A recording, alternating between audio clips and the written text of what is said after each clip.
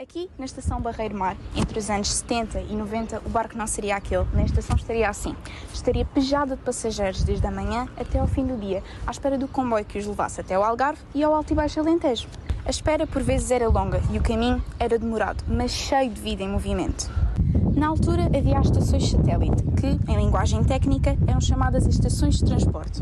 Tunes era uma dessas estações satélites, onde os passageiros poderiam seguir até Vila Real de Santo António ou mudar de comboio com o destino ao Barlavento até Vila do Bispo. A outra estação satélite para o sul, hoje em dia totalmente desconhecida, era Casa Branca, onde o comboio, com o destino a Évora, fazia uma longa paragem para que os passageiros com o destino ao Baixo Alentejo pudessem apanhar outro comboio, cuja última paragem era Beja. Mas havia mais estações que permitiam com que os passageiros pudessem mudar de comboio até chegarem ao seu destino. Viajar de comboio era muito cômodo, mas acarretava muito tempo de viagem e algum cansaço também. O comboio com destino a Évora ainda permitia que os passageiros apanhassem uma automotora com destino em Vila Viçosa e em Porto Alegre, com paragem em todas as estações.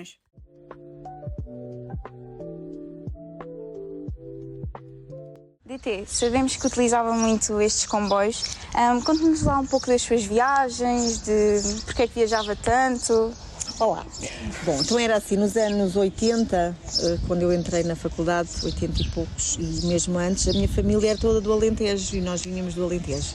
E todos os meses eu fazia esta viagem. Apanhava o comboio aqui. Esta estação estaria, neste momento, completamente cheia de gente. A bilheteira com filas bastante grandes, tínhamos que vir com a devida antecedência para comprar o bilhete e depois então apanhávamos o comboio para o Alentejo ou para o Algarve, consoante os destinos que cada um tinha. O comboio não era direto, portanto levava imenso tempo e havia um transbordo em Casa Branca e depois em Évora, onde passávamos para uma automotora que nos levaria então ao destino, e o meu era Estremoz. Comigo viajavam centenas de pessoas na altura, muitos militares ainda, o serviço militar ainda era obrigatório e todas as pessoas que viajavam para o sul apanhavam este comboio, uma vez que estávamos a sair ainda de uma situação difícil e precária e, portanto, o carro não era o meio de transporte preferencial e o comboio levava-nos a todo lado, a horas certas, embora moroso. Esta estação também é muito importante para mim porque eu sou filha de alguém que trabalhou na CP desde os 18 anos. O meu pai começou por ser guarda de uma estação em Évora, uma estação pequenina.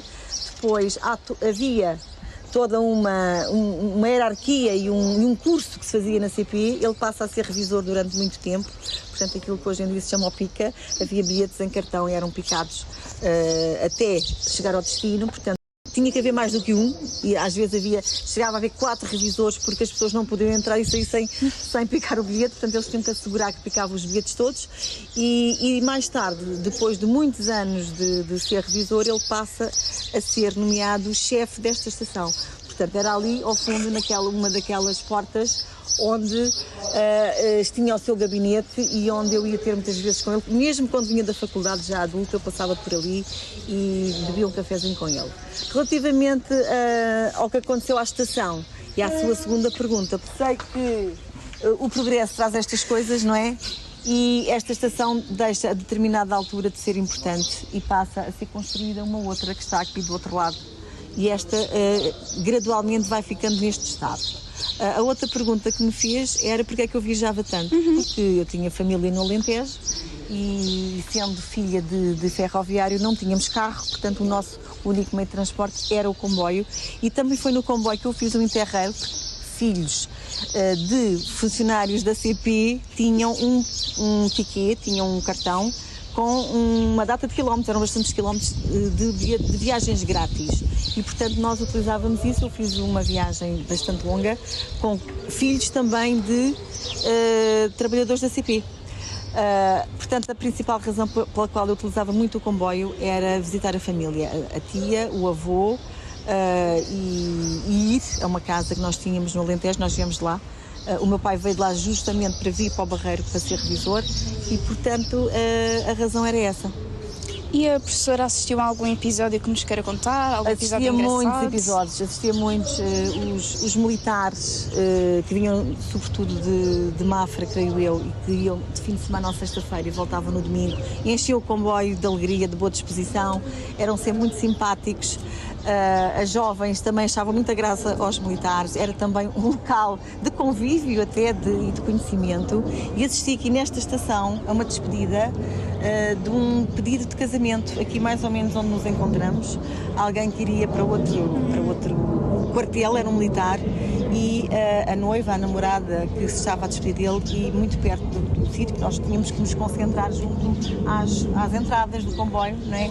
Ele pediu em casamento, e esse é um momento que eu guardo com carinho, porque foi muito emotivo e houve palmas. Não havia telemóveis para gravar, portanto não foi possível guardar, mas foi um momento muito interessante.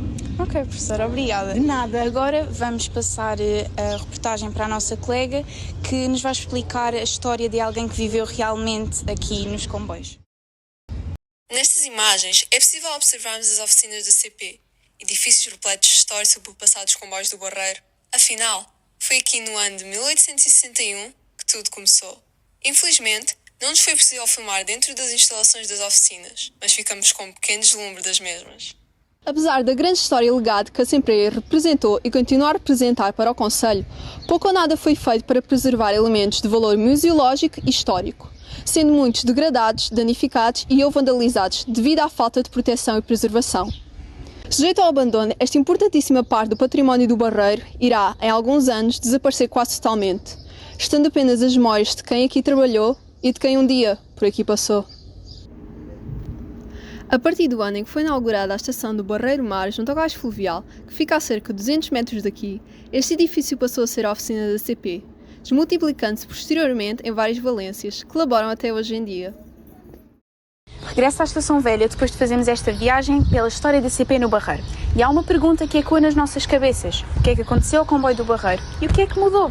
As novas tecnologias e o desenvolvimento da máquina obrigou que o caminho de ferro se modernizasse e passasse a ser elétrico. Razão pela qual o velho e sábio comboio, que durante décadas deu vida a este espaço, teve de sair e adormecer ao relento para dar lugar às locomotivas modernas, mais rápidas e versáteis, porque a modernização da ferrovia, decorrente do processo, não espera. Hoje, a estação satélite é Pinhal Novo, que outrora fora apenas um apiadeiro. É de lá que parte para o sul o grande comboio rápido, o Intercidades. Hoje, daqui, parte apenas o comboio suburbano cujo percurso termina no Pinhal Novo. Trata-se de uma mudança estratégica. Parece a vida a acontecer, ou como diria o sempre atual Luís Vaz de Camões, mudas os tempos, mudas as vontades, todo mundo é composto por mudanças.